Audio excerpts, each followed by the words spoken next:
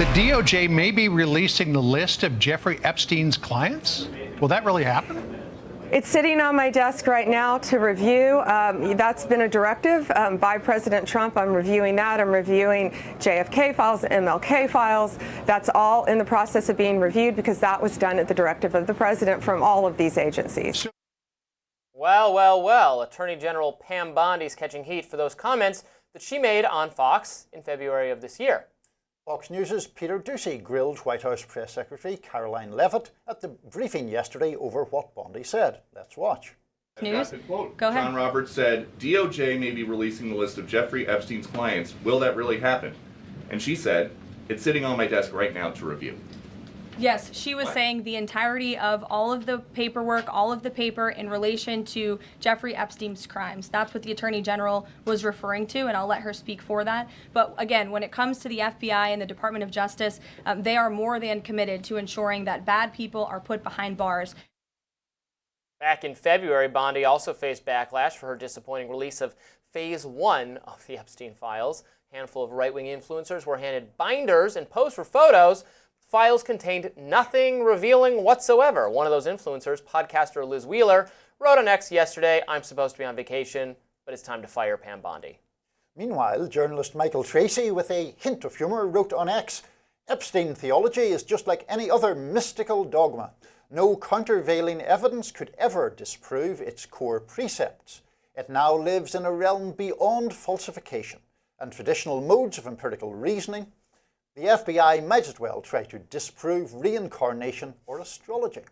Many on social media have also pointed to an oddity in the surveillance footage of Epstein's cell that the Justice Department released. If you look at the time on the bottom left corner of your screen, you will see the clock jump from 11:58 a.m. right until noon. An entire a minute of the footage is missing, which has, of course, sparked some theories. So, we're still wondering what the truth is. We discussed this a little bit yesterday. We did. I appreciate the anger from people in MAGA world. I think it is very justified. I guess everyone who covered this story was treated like suckers by some of the people installed by Trump, by, frankly, Dan Bongino, and certainly Pam Bondi, and others. The whole binder thing now seems just like an utterly toxic, disgusting display.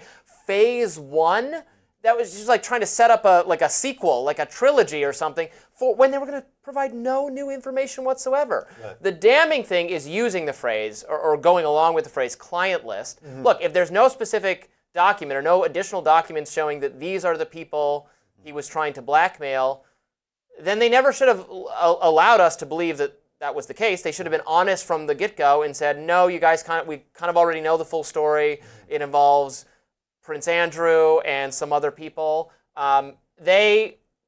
People in the administration let the public believe that there was more information and that would be coming out. Now it's not coming out either because there is no more information, which a lot of people don't believe, or because they don't want to share with you what they know for a variety of reasons, because it could be embarrassing to them, it could be embarrassing to Pam Bondi specifically, it could be an intelligence-related thing, but I'm furious. Yeah, well, I think understandably so. I think that Pam Bondi quote that we played right at the top is pretty damning in light of the way things have developed, because this thing that was sitting on her desk has mysteriously disappeared or failed to exist all of a sudden several months later. So obviously people are going to have questions. And the Epstein thing, yes, there are some conspiracies around it in the sense of people claiming to know for sure things that none of us can know for sure. But I don't think it is a conspiracy to say this is massively suspicious that you have this guy who is just a predator on a huge scale and connected with extremely wealthy and extremely prominent and influential and extremely people. Wealthy himself, right. Evading jail time right. in a way that is, or having a very lenient deal and then being able to resume high-profile association. Sure. Usually they come down pretty hard on people who are, correctly Right, absolutely. caught with child pornography or doing things of that nature. Yeah. You go to jail. Right. This guy got to come and go as he wants. So that's what the suspicious thing is. I appreciate Michael Tracy's penchant for strong takes. He basically wrote a long Twitter thread saying, yeah, the reason you're not getting any more information is there's no there there. Most of the accusations come from this one woman, Virginia Giuffre, who he says is completely mentally unstable and offered no further substantiation, and accused people, including Alan Dershowitz, that she later had to retract, and that there's just no there there, and she's mentally ill, and it's very sad she killed herself.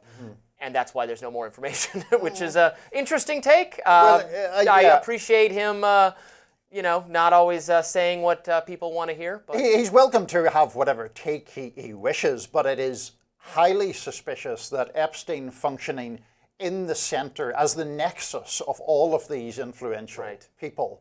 It's just like, oh well, that's what happened, and he got those sentences because he somehow deserved leniency, and he knew all these people, but he didn't try to capitalize on those connections, and he killed himself, and there we go. That's not going to satisfy too many people. There is some real anger at the administration right now from people, again, MAGA world, even some libertarian people like Dave Smith, libertarian of my ideological bent, who endorsed Trump and argued that we should vote for Trump.